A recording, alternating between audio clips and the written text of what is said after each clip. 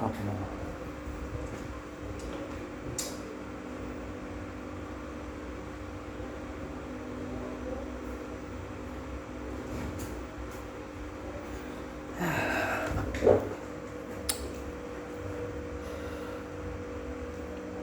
Rokok ya.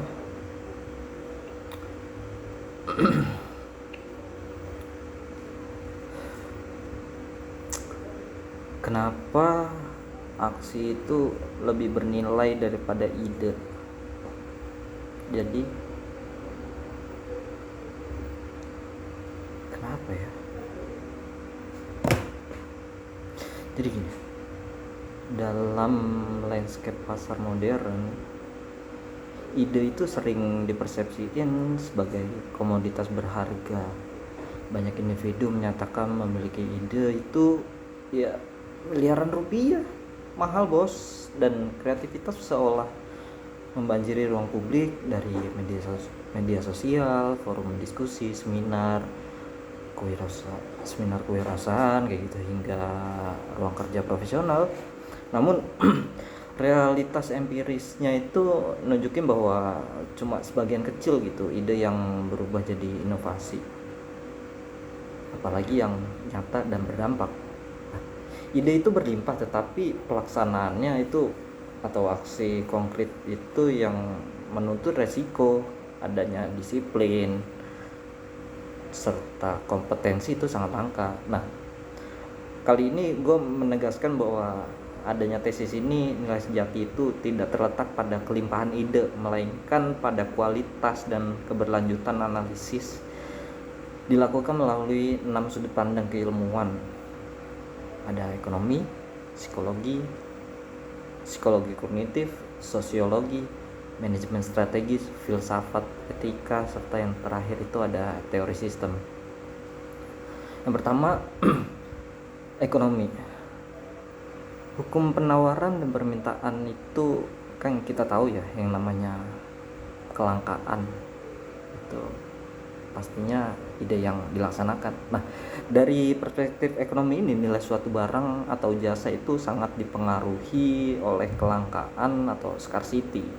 Yang dinamika penawaran permintaan itu, ide itu secara konsep itu dapat direplikasi, itu diperbanyak tanpa biaya marginal.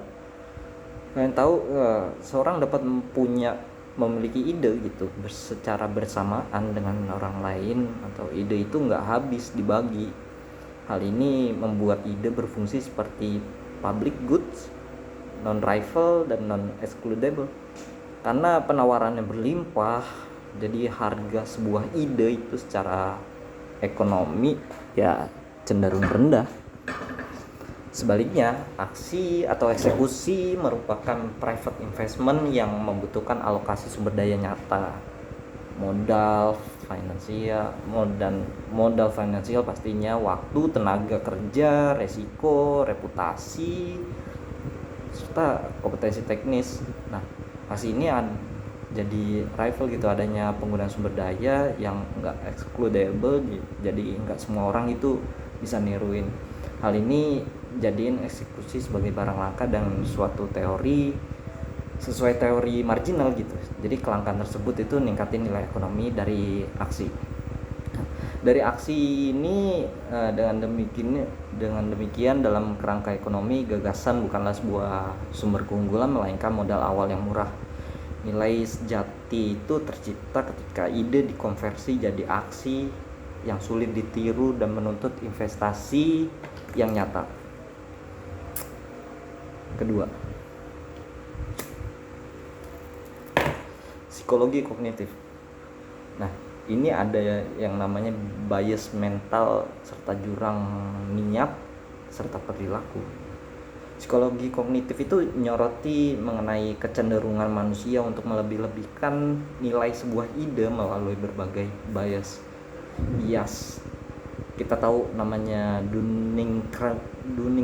Dunning-Kruger effect misalnya, itu buat seseorang itu yang baru punya pemahaman sedikit atau permukaannya doang gitu, itu udah ngerasa kayak udah nguasain sebuah konsep dan menganggap ide mereka itu sangat berharga, sangat bernilai. Ada pula ilusi of explanatory depth, yaitu ilusi bahwa seseorang memahami sesuatu lebih dalam dari kenyataannya. Nah, perbedaan dari fundamental ini yang lain itu muncul antara yaitu niat dan perilaku, intention behavior gap. Nah, itu menjelaskan mengapa banyak ide nggak pernah diwujudkan gitu. Motivasi itu nggak otomatis menghasilkan tindakan.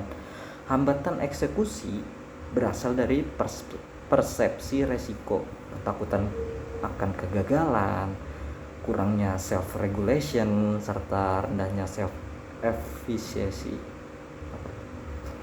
Nanti kita bahas. Nah, justru ini yang berkembang melalui aksi, bukan ide gitu. Nah, dari perspektif psikologi, ide itu yang nggak dieksekusi sering jadi sumber ilusi semu gitu. Sedangkan aksi memberikan pelajaran nyata, meningkatkan kapasitas kognitif, dan memperkuat kepercayaan diri. Lalu nilai psikologis terbesar itu nggak terletak pada ide, melainkan pada transformasi perilaku. Sosiologi ini yang ketiga, adanya modal sosial, lalu tindakan kolektif, serta legitimasi. Nah, dalam kerangka sosiologi, ide tanpa aksi nyata itu menjadi wacana laten gitu, bahaya. Ia itu nggak menciptakan struktur sosial baru, tidak mengubah norma, dan tidak menggerakkan individu lain. Ketika suatu ide itu dijalankan, barulah terbentuk mobilisasi kolektif dan modal sosial berupa jaringan, kepercayaan, legitimasi sosial. Nah, aksi menciptakan relasi atau kolaborasi, komunikasi, pembagian peran, dan koordinasi kelompok itu diimplementasikan. Implementasi ide itu melibatkan proses sosial yang kompleks dan menghasilkan dampak yang bersifat intersubjektif. Nah, tindakan nyata yang memunculkan legitimasi itu atau pengakuan sosial yang nggak bisa didapatkan oleh gagasan murni tanpa pelaksanaan. Nah, selain itu hanya melalui aksi pula gitu.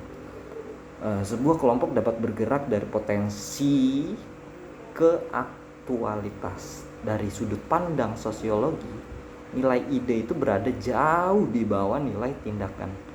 Karena hanya melalui aksi, sebuah masyarakat itu bisa berubah.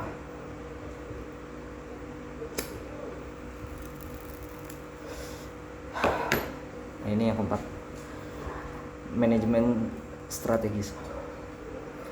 Adanya sebuah eksekusi sebagai sumber keunggulan kompetitif. Dalam sebuah dunia manajemen strategis itu ide merupakan bagian dari visi atau konsep strategi, tetapi nilai strategisnya itu baru terwujud melalui pelaksanaan. Jadi banyak badan atau banyak perusahaan yang memiliki strategi yang serupa tapi sedikit gitu yang eksekusinya itu dengan konsisten. Ada seseorang bilang, namanya Michael Porter, itu dia bilang bahwa strategi bukan hanya memilih opsi tapi melakukan fit and proper gitu antara aktivitas organisasi, serta hal ini adalah ranah eksekusi, bukan ide gitu. Eksekusi merupakan kompetensi inti yang sulit ditiru atau imitable gitu. Hal ini sejalan dengan kerangka VRIO, Value, Rarity, Imitability, Organization, yang menyatakan bahwa keunggulan berkelanjutan tercipta dari kapabilitas internal yang tidak mudah direplikasi, seperti budaya eksekusi, rutinitas operasional, dan manajemen proses. Konsep the execution premium itu dari Kaplan sama Norton ya menekankan gitu bahwa nilai strategi itu terletak pada kemampuan menjalankannya hingga menyentuh hasil. Dari perspektif manajemen strategis, keunggulan kompetitif itu tidak muncul dari ide, karena ide dapat ditiru, lalu melainkan dari eksekusi itu yang konsisten dan berkualitas. Nah, ini kita masuk ke ranah kelima, itu filsafat etika. Nah, ada yang namanya niat versus konsekuensi sebagai tanggung jawab moral. Dalam filsafat etika itu terdapat dua strategi besar, deontologi dan konsekuensialisme gitu. Deontologi itu menilai moralitas dari niat atau intentnya gitu. Dari perspektif ini, ide baik memiliki nilai moral tertentu karena menunjukkan maksud yang baik pastinya. Namun konsekuensialisme ini menilai moralitas itu dari hasil yang dampak aktual suatu tindakan. Nah, dalam realitas sosial, tanggung jawab moral itu seseorang lebih ditentukan oleh konsekuensi yang dihasilkan, bukan oleh ide yang dipikirkan. Jadi aksi itu menjadi bukti nyata dari sebuah kebijakan. Aristoteles pernah bilang bahwa kebajikan hanya dapat diwujudkan melalui tindakan atau praksis gitu, bukan sekedar niat atau pemikiran. Jadi tanggung jawab moral tertinggi muncul itu ketika seseorang mengambil tindakan yang berdampak positif bagi orang lain pastinya, bukan hanya merencanakan atau menyuarakan ide moral. Nah, dari perspektif etika, nilai ide itu sebagai niat itu adalah awal, tapi nilai etis tertinggi yang membawa kebaikan nyata itu hanya lahir dari tindakan konkret. Nah, ini lanjut ke keenam itu teori sistem atau ilmu komputer. Sistem teori atau sistem komputer science. Nah, adanya literasi sama feedback serta adaptasi.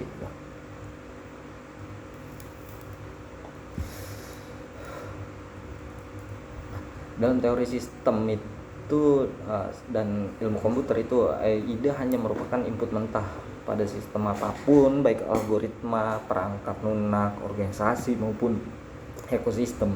Nilai baru muncul setelah input itu diproses menjadi sebuah output melalui aksi, lalu ada percobaan dan pengujian gitu.